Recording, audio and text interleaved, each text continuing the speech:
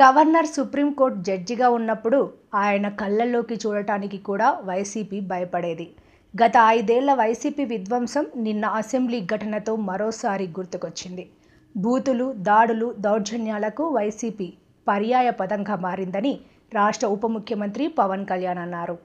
లేదు, భయాలుండి అలాంటి స్థాయి నుంచి మేమందరం కలిపి ప్రజల్లో విశ్వాసాన్ని చూరుకున్నాం. అధ్యక్షుడు వీళ్ళు నిలబడతారు. ఒక మనందరం తీసుకోవాల్సిన మా అందరికీ కూడా నేను పదే నాకు చెప్పుకుంటాను అధ్యక్ష. అది సంకీర్ణ ప్రభుత్వాలు చాలా ఛాలెంజింగ్ అధ్యక్ష. ఒక పార్టీ అయితే ఇబ్బంది లేదు, కానీ మన అదృష్టమో ఏదో దురదృష్టమో తెలియదు, కానీ సంకీర్ణ ప్రభుత్వం వచ్చింది మనది. అది ఎటు తీసుకున్నా కానీ our commitment is for people అధ్యక్ష. ఎన్నిసార్లు కూడా చాలాసార్లు గౌరవ ముఖ్యమంత్రి గారికి నన్ను ఇబ్బంది పెట్టి చాలామంది చాలా రకాల వ్యాఖ్యలు చేసినప్పటికీ కూడా మేము బలంగా కలిసి ఉంటాం అనడానికి ఇది వారి గురించో నా గురించో లేదంటే లోకేష్ గారి గురించి ఇంకెవరి గురించే కాదు. ఇది we have committed for people అధ్యక్ష. మేము ఆంధ్రప్రదేశ్ ప్రజల కోసం మేము నిలబడి ఉన్నాం అధ్యక్ష. ఇబ్బందిగా ఉంటాయి కొన్ని కానీ సంకీర్ణ ప్రభుత్వం కలిసి లేకపోతే మటుకు ప్రజలకి మేము ద్రోహం చేసిన వాళ్ళం అధ్యక్ష.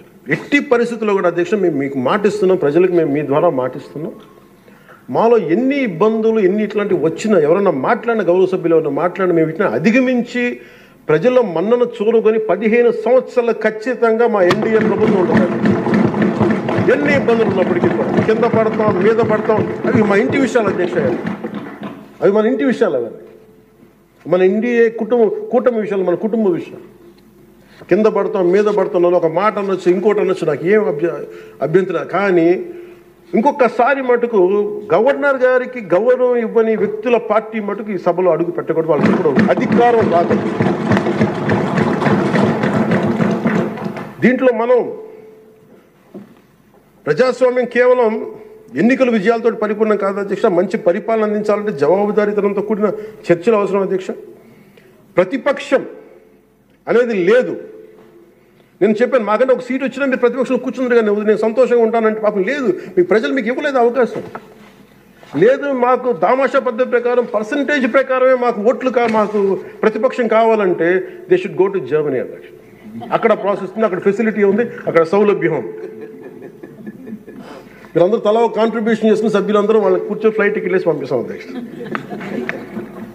అంటే ఇక్కడ మనకున్న అంటే మనం సరదాగా మాట్లాడుకున్న మనకున్న బాధ్యత, మనమే అధికార పార్టీ, మనమే మన గౌరవ ముఖ్యమంత్రి గారు చెప్పారు అధ్యక్ష, మనమే ప్రతిపక్షంగా కూడా ప్రవర్తించాలని. అంటే నిర్మాణాత్మక ప్రతిపక్షంగా as a conscious కీపర్గా.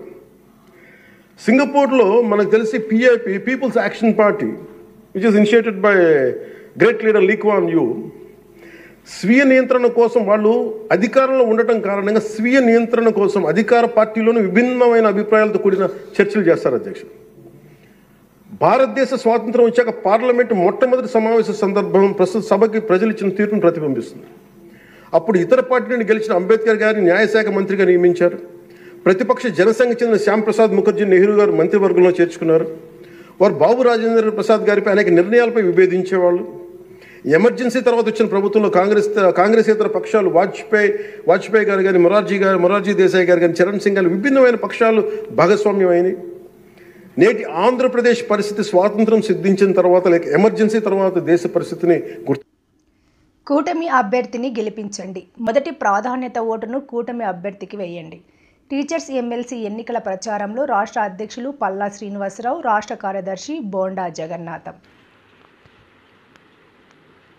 Teachers MLC ఎన్నికల ప్రచారంలో భాగంగా 87వ వార్డులో రాష్ట్ర కార్యదర్శి స్థానిక వార్డు కార్పొరేటర్ బోండా జగన్నాథం గారు ఆధ్వర్యంలో టీడీపీ రాష్ట్ర అధ్యక్షులు గాజువాక నియోజకవర్గం శాసనసభ్యులు శ్రీ పల్ల శ్రీనివాసరావు గారు ఈరోజు వార్డులో ఉన్న జిల్లా పరిషత్ ఉన్నత పాఠశాల ఉపాధ్యాయులను కలిసి వారి అమూల్యమైన ఓటును కూటమి బలపరిచిన అభ్యర్థి శ్రీ పాకలపాటి రఘువర్మ గారికి తమ మొదటి ప్రాధాన్యత ఓటు వేసి అత్యధిక మెజారిటీతో గెలిపించాలని కోరారు. అనంతరం వార్డులో ఉన్న మండల ప్రాథమిక పాఠశాల మరియు నిర్మల స్కూల్లో ఉన్న ఉపాధ్యాయులను కలవడం జరిగింది.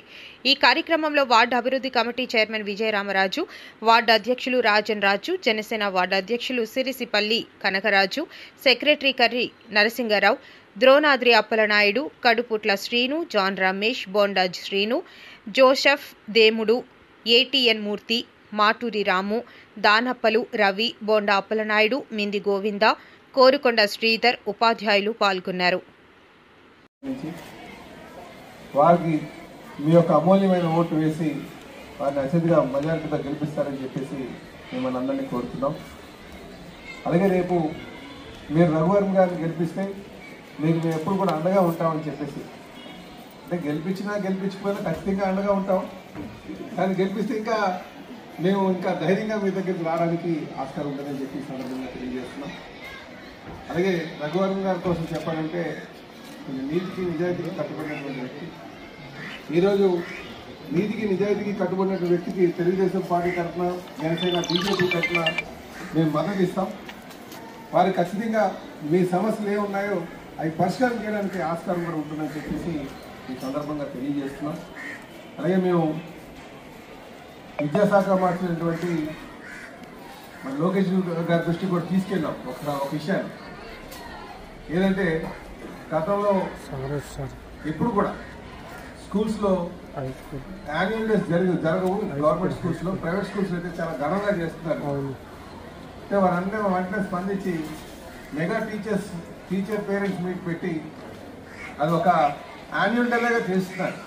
ఇంకా మేము అడిగింది ఏంటంటే సెకండ్ హాఫ్ పెట్టమని. మొన్న ఫస్ట్ హాఫ్లో పెట్టారు 11 గంటల నుంచి 3 గంటల అలా కాదు, సెకండ్ హాఫ్ నుంచి పెట్టి వారికి వాళ్ళ అపారమైనటువంటి టాలెంట్ పిల్లల్లో ఉంది. గతంలో నేను ఎమ్మెల్యేగా ఉన్నప్పుడు చేయించాం. అసెంబ్లీకి జగన్మోహన్ రెడ్డి వెళ్లి 11 నిమిషాలు ఉండటం చాలా విచారకరమని కేఏ పాల్ అన్నారు.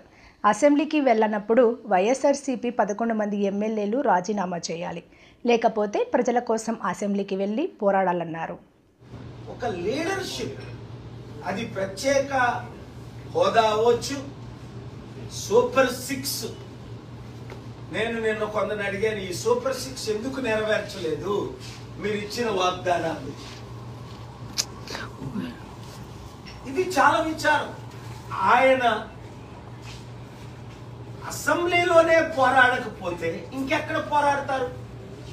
ప్రజల కొరకు పోరాడడానికే వారిని గెలిపించారు, ప్రజల తరపుని నిలబెట్టడానికి. నాకైతే చాలా ఆశ్చర్యంగా ఉంది. మరి అలాంటప్పుడు ఆ ఎమ్మెల్యేలు రాజీనామా చేసియొచ్చు కదా.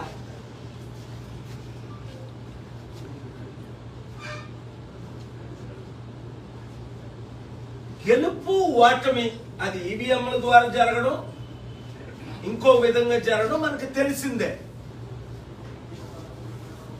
మరలా వచ్చే ఎలక్షన్స్ వరకు అసెంబ్లీని మిస్ అవ్వకూడదు, ప్రజల కొరకు పోరాడాలి అని నా సలహా. లేదంటే ప్రజలు మర్చిపోతారు. ప్రజాశాంతి పార్టీ తరపున ఒక్క ఎమ్మెల్యే లేకపోయినప్పటికీ, ఒక ఎంపీ లేకపోయినప్పటికీ, ప్రజల ప్రతి సమస్య, రైతుల కొరకు పోరాడుతున్నాం, నిరుద్యోగుల కొరకు పోరాడుతున్నాం, స్టీల్ ప్లాంట్ అమ్మకుంటూ ఆపేం, ప్రత్యేక హోదా కొరకు పోరాడి ప్రత్యేక హోదా ఏపీ హైకోర్టులోనే డైరెక్షన్ తీసుకొచ్చారు.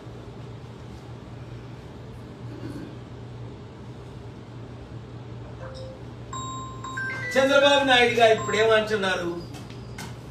ఎలక్షన్స్ ముందు జాబు కావాలంటే బాబు రావాలి అని ప్రతి ఒక్కరన్నారు. ఆయన ఎమ్మెల్యేలు అందరూ. ఇప్పుడు పవన్ కళ్యాణ్ కనీసం నోరు కూడా విప్పడం లేదు. ఇప్పుడు పవన్ కళ్యాణ్ ఏమంటున్నాడు?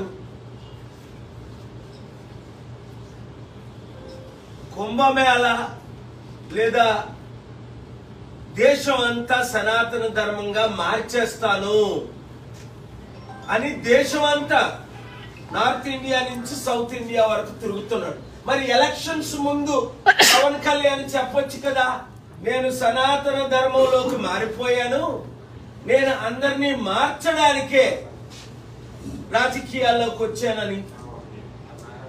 30,000 మంది బాలికలు జగన్మోహన్ రెడ్డి సమయంలో మిస్ అయిపోయారు, అమ్మాయిలు మిస్ అయిపోయారు, దొరకట్లేదు, మేము రాగానే అమ్మాయిలందరినీ తీసుకొస్తామన్నారు. ఒక్క అమ్మాయినైనా తీసుకొచ్చారా?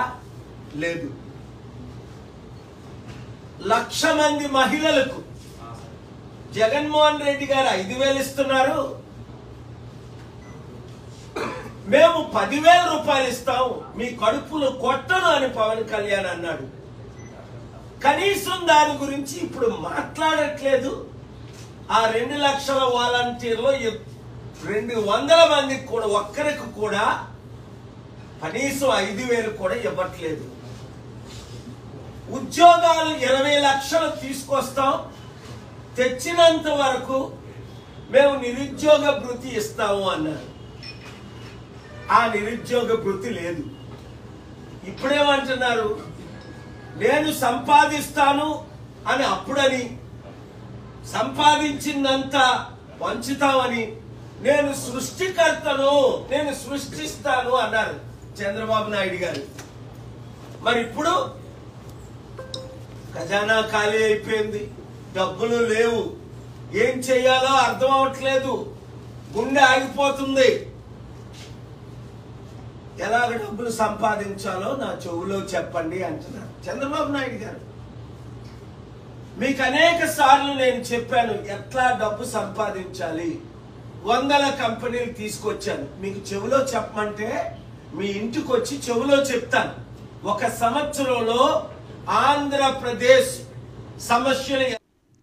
భవిష్యత్తు ఎన్నికల్లో జగన్మోహన్ రెడ్డిని ముఖ్యమంత్రిగా చేయడమే లక్ష్యంగా మనమంతా కలిసి పనిచేయాలని మాజీ ఎమ్మెల్యే వాసుపల్లి గణేష్ కుమార్ అన్నారు.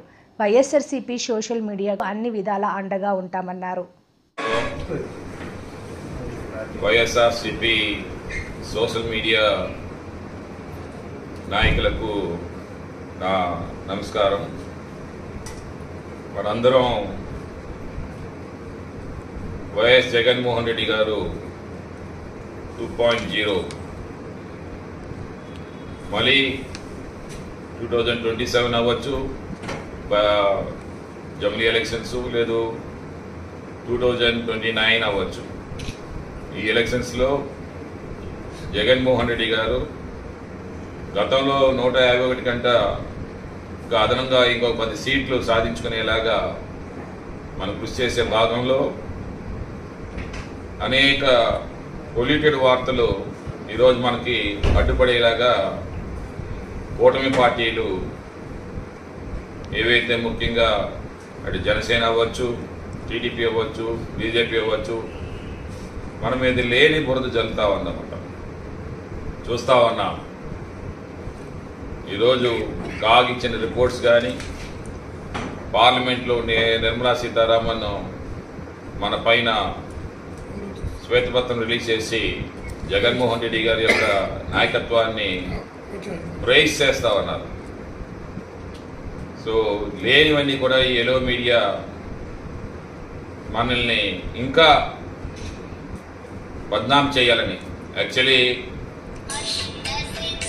రూలింగ్లో వచ్చిన ఏ పార్టీ అయినా సరే ప్రతిపక్షాన్ని మరి పట్టించుకోవసలా, రూలింగ్ మీదే దృష్టి పెడతారు. కానీ రూలింగ్ చేయడానికి ఏమీ లేదు కదా. ఈరోజు అనుకున్న పథకాలను ఇంకా ఇంప్లిమెంట్ చేయలేకపోయారు కదా, సూపర్ 6 ఫెయిల్ అయ్యారు కదా. సో ఇంకేముంది వాళ్ళ చేతిలో పని అంటే విరుచుకు పడడం పార్టీ మీద. లేనివన్నీ కూడా మళ్ళీ ఇంకొకసారి రిపీట్ చేస్తా ఉన్నారు న్యూస్ పేపర్లో. ఈరోజు చూస్తామంటే వీఆర్ ఆల్రెడీ, ప్రజలు మాకు మ్యాండేట్ ఇచ్చారు, ప్రతిపక్షంలో కూర్చోమన్నారు, కూర్చుంటున్నాం. అయినా ఇంకా ఏదో ఇప్పుడే రేపే ఎలక్షన్స్ అన్న మాదిరిగా ఇంకా ఏదో మీడియా పనిచేస్తూ ఉంది. దానికి డీటెయిల్ జవాబు సోషల్ మీడియా ఇస్తూ ఉంది కరెక్ట్గా. మా వైఎస్ఆర్సీపీ సోషల్ మీడియాకి నిజంగా యాక్సెప్ట్ చెప్పాలి. సో మీరు ఇదే స్పీడ్లో జగన్మోహన్ రెడ్డి గారి మీద ఏ మాత్రం ఏగ వాళ్ళే కానీ అటాక్ చేయమని చెప్పి కోరుతా ఉన్నాం. అలాగని వ్యక్తిగత దోషాలను మాత్రం వద్దు. పార్టీ విధానాల మీదే మీరు ఫైట్ చేయండి, పాలసీస్ మీద ఫైట్ చేయండి. ఎకనామికల్ ఏదైతే సిస్టమ్ ఉందో బడ్జెట్ కానీ ఎఫ్ఆర్బిఎం కానీ ఇవన్నీ టెక్నికల్ నాలెడ్జ్ని తీసుకొని మీరు ఫైట్ చేయండి. ఎప్పటికప్పుడు టీఎస్ఆర్ ఏర్పాటు చేసిన మహా శివలింగానికి స్వయంగా పూజ చేసే భాగ్యం విశాఖ అంటే సుబ్బరామిరెడ్డి. సుబ్బరామిరెడ్డి అంటే విశాఖ. ఈసారి కుంభమేళా గంగా నది జలాలతో భక్తులు శివలింగానికి అభిషేకించే అవకాశం. రామకృష్ణ బీచ్లో మహాశివలింగాన్ని దర్శించుకున్న తెలుగు శక్తి అధ్యక్షులు బివి రామ్.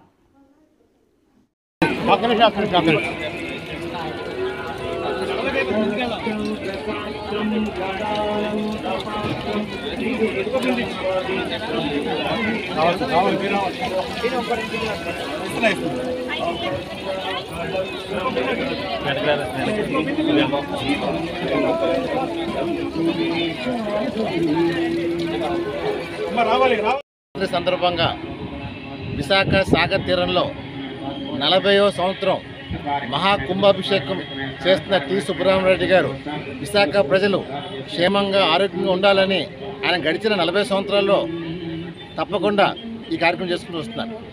మరి నిజంగా ఒక కార్యక్రమం ఇన్ని సంవత్సరాల పాటు చేయటం నిర్వీర్యంగా ఇది చాలా అమోఘమైన విషయం. ఎవరు కూడా చేయలేరు. ఎవరైనా స్వార్థం ఉంటే తప్ప ఎటువంటి స్వార్థం లేకుండా నిస్వార్థం లేకుండా కేవలం నా విశాఖ ప్రజలు బాగుండాలని ఆయన ఏ రాజకీయ ఆంక్షతో కానీ ఏ స్వార్థం లేకుండా కేవలం గతంలో విశాఖ ఎంపీగా నేను పొడిచి గెలిచాను, నేను విశాఖ దత్తత తీస్తున్నానని చెప్పిన వ్యక్తి మాట తప్పకుండా 40 సంవత్సరాలుగా ఈ కార్యం నిర్వహిస్తున్నారు. డెఫినెట్గా విశాఖపట్నం ఎన్ని ముప్పులు వచ్చినా సరే ఆయన చేసిన పూజా ఫలం ఏమో కానీ అటు ఎన్ని తుఫాన్లు వచ్చినా హుద్దు తుఫాన్లు వచ్చినా విశాఖపట్నంకి ఏమీ కాకుండా క్షేమంగా ఉన్నాం. మరి వేళ విశాఖపట్నం ప్రజలు మొత్తం అన్ని ప్రాంతాల నుంచి అన్ని మూలల నుంచి విశాఖ నుంచి ఈ మహాకుంభాభిషేకానికి అభిషేకం చేయడం కోసం రావటం చాలా అభినందనీయం. ఎందుకంటే ఇక్కడే స్వయంగా శివలింగం పైన నీళ్లు పోసుకునే అవకాశం శుభ్రంగా కల్పించారు. ఈ సంవత్సరం ఇంకో ప్రత్యేకత ఏంటంటే మహాకుంభమేళ ఆ నీళ్ళు కూడా తీసుకొచ్చి ఆ నీళ్ళు కూడా ప్రజల చేత పోయించేలాగా శుభ్రంగా చేశారు. ఇది నిజంగా ప్రజలు మర్చిపోలేని విషయం. దాన్ని ఒకటే కోరుతున్నాం, ఆ భగవంతుడు సుబ్బరామిరెడ్డి గారు నిజంగా ఇంకా ఆయుర్వేదం ఇవ్వాలని విశాఖ ప్రజలను ఇంకా సంతోషంగా ఉండేలాగా చూడాలని దీవించాలని చెప్పి ఆ భగవంతుని కోరుకుంటున్నాను. అందుకే సుబ్బరామిరెడ్డి గారు చేసే సేవలు ప్రజలు ఎప్పుడు మర్చిపోరు. విశాఖపట్నం అంటే సుబ్బరామిరెడ్డి విశాఖపట్నం అంతలా ఇది ఏ రాజకీయ నాయకుడు కూడా చేయలేని పని ఈయన చేశారు. అంతలా చరిత్రలో విశాఖపట్నం చరిత్రలో సుబ్బరామిరెడ్డి గారి పేరు చరిత్రలో మిగిలిపోతే మనం చేస్తాను. జై హింద్. రాష్ట్రంలో యూనివర్సిటీ వైస్ ఛాన్సలర్లను బెదిరించి మరీ రాజీనామాలు చేయించిన ప్రభుత్వ రౌడీయిజం మీద అన్ని ఆధారాలు ఉన్నాయని వైఎస్ఆర్సీపీ ఎమ్మెల్సీ పర్వతరెడ్డి చంద్రశేఖర్ రెడ్డి వెల్లడించారు. అది శాసన మండలి అనేది ఒక రాష్ట్రానికి సంబంధించి ప్రతి ఒక్కరు కూడా గర్వంగా ఫీల్ అయ్యేటువంటి ఒక సభ. ఆ సభలో ప్రతిపక్ష సభ్యులు మేము ప్రస్తావిస్తూ ఉంటే వారు మా మీద దాడి చేయడానికి ప్రయత్నిస్తున్నటువంటి తీరు కానీ మీరందరూ కూడా చూడొచ్చు. ఒక్కసారిగా మూకుమ్మడిగా మంత్రులు కానీ ఎమ్మెల్సీలు కానీ అందరూ లేచి ప్రవర్తిస్తున్నటువంటి తీరు చాలా బాధాకరం. మాట్లాడితే అక్కడ బెదిరించడం ఇవన్నీ కూడా గమనిస్తూ ఉన్నాం. అయితే ఎప్పుడు కూడా ప్రజల పక్షాన ప్రజల కోసం ఏదైతే అనుకున్న సిద్ధాంతాల కోసం పోరాడడానికి వైఎస్ఆర్సీపీ ఎప్పుడు వెనకాడదు. నేను కూడా ఏదైతే నాకున్నటువంటి కమిట్మెంట్ కానీ ప్రజల కోసం, అదేవిధంగా టీచర్ ఎమ్మెల్సీగా విద్యా వ్యవస్థ గురించి నేను ఎమ్మెల్సీగా ఎలక్ట్ కావడం కానీ ఈ కోణంలో ఎక్కడ కూడా కాంప్రమైజ్ కాకుండా ఏదైనా కూడా ఉన్నటువంటి అంశాలన్నింటినీ ప్రభుత్వం దృష్టికి తీసుకెళ్లడం కానీ ప్రజల్ని ఒక అవేర్నెస్ తీసుకొని వచ్చి ప్రజలకు అవగాహన కల్పించడంలో తప్పకుండా ఎప్పుడు కూడా ఆ కమిట్మెంట్తో నేను వెళ్తున్నాను కూడా. అయితే ప్రధానంగా నిన్నటి రోజున అనేక వ్యవస్థలు అంటే గడిచిన కొత్త ప్రభుత్వం వచ్చిన తర్వాత అనేక వ్యవస్థలు బలహీనమవుతా ఉన్నాయి. ఎప్పుడు కూడా వేలు పెట్టనటువంటి వ్యవస్థలన్నింటినీ కూడా ఈరోజు వాటన్నింటిలో కూడా వేలు పెట్టి వాటన్నింటినీ కూడా ఇబ్బందులు పడే పరిస్థితికి తీసుకొని వస్తూ ఉన్నారు. మీకు అందరికీ తెలుసు, హైయర్ ఎడ్యుకేషన్ గురించి అందరికీ తెలుసు. ఉన్నత విద్యా వ్యవస్థ ఏ దేశమైనా కూడా బాగుండాలంటే ఉన్నత విద్య బాగుండాలి. అంటే ఉన్నత విద్య అంటే మీ అందరికీ తెలుసు, డిగ్రీ కానీ B Tech, M Tech, M Sc, MCA, MBA, medicine, pharmacy, law ఇవన్నీ కూడా ఈ హైయర్ ఎడ్యుకేషన్ కిందకు వస్తాయి. ఈ హైయర్ ఎడ్యుకేషన్ సిస్టమ్ ఏ దేశంలో అయితే బాగుంటుందో ఆ దేశానికి ప్రపంచ దేశాల్లో ఒక గౌరవం గుర్తింపు ఉంటుంది. అందుకనే వీటన్నింటినీ కూడా మ్యాక్సిమం యూజీసీ అన్నిటిని కూడా మానిటర్ చేస్తూ ఉంటుంది.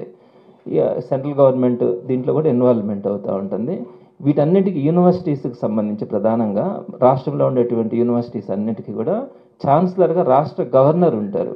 ఒక అత్యున్నతమైన స్థాయి కలిగినటువంటి వ్యక్తి ఉంటారు.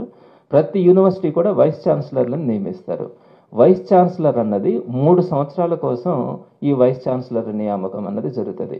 ఈ వైస్ ఛాన్సలర్ నియామకం కూడా ఒక పకడ్బందీగా ఒక సెర్చ్ కమిటీని వేసి అప్లై చేసుకున్న వాళ్ళందరిలో గల మెరిట్స్ అవన్నీ కూడా చూసి ఆ సెర్చ్ కమిటీ చేసినటువంటి రికమెండేషన్ ప్రకారం ఈ వైస్ ఛాన్సలర్ నియామకం జరుగుతుంది. మొత్తం 19 మంది వైస్ ఛాన్సలర్లు ఉంటే వాళ్ళల్లో 17 మంది వైస్ ఛాన్సలర్లు, అందరూ కూడా బాగా దీన్ని క్యాచ్ చేయగలగాలి. 19 మంది వైస్ ఛాన్సలర్లు ఉంటే 17 మంది వైస్ ఛాన్సలర్లు కొత్త ప్రభుత్వం జూన్లో వస్తే జూన్ నెలాఖరు కల్లా 17 మంది వైస్ ఛాన్సలర్లు మూకుమ్మడిగా రాజీనామాలు చేశారు. ఎవరైనా చేస్తారండి? జనవరి నెలలో వైస్ ఛాన్సలర్స్ నియామకం జరిగింది, డిసెంబర్లో కొంతమందిని జరిగింది. కేవలం 3 సంవత్సరాల పాటు ఉండాల్సినటువంటి వైస్ ఛాన్సలర్ని ఒక 5-6 నెలల సమయం గడిచిన తర్వాత రాజీనామా చేస్తా ఉన్నారు అంటే అసలు ఏం జరుగుతుంది? ఖచ్చితంగా అసెంబ్లీలో ప్రధాన ప్రతిపక్ష పాత్ర వైఎస్ఆర్సీపీదే అని ఉత్తరాంధ్ర జిల్లాల కోఆర్డినేటర్ కురసాల కన్నాబాబు అన్నారు. వైఎస్ఆర్సీపీకి ప్రధాన ప్రతిపక్షంగా గుర్తిస్తే తన రంగు బయటపడుతుందని చంద్రబాబు భయపడుతున్నారు.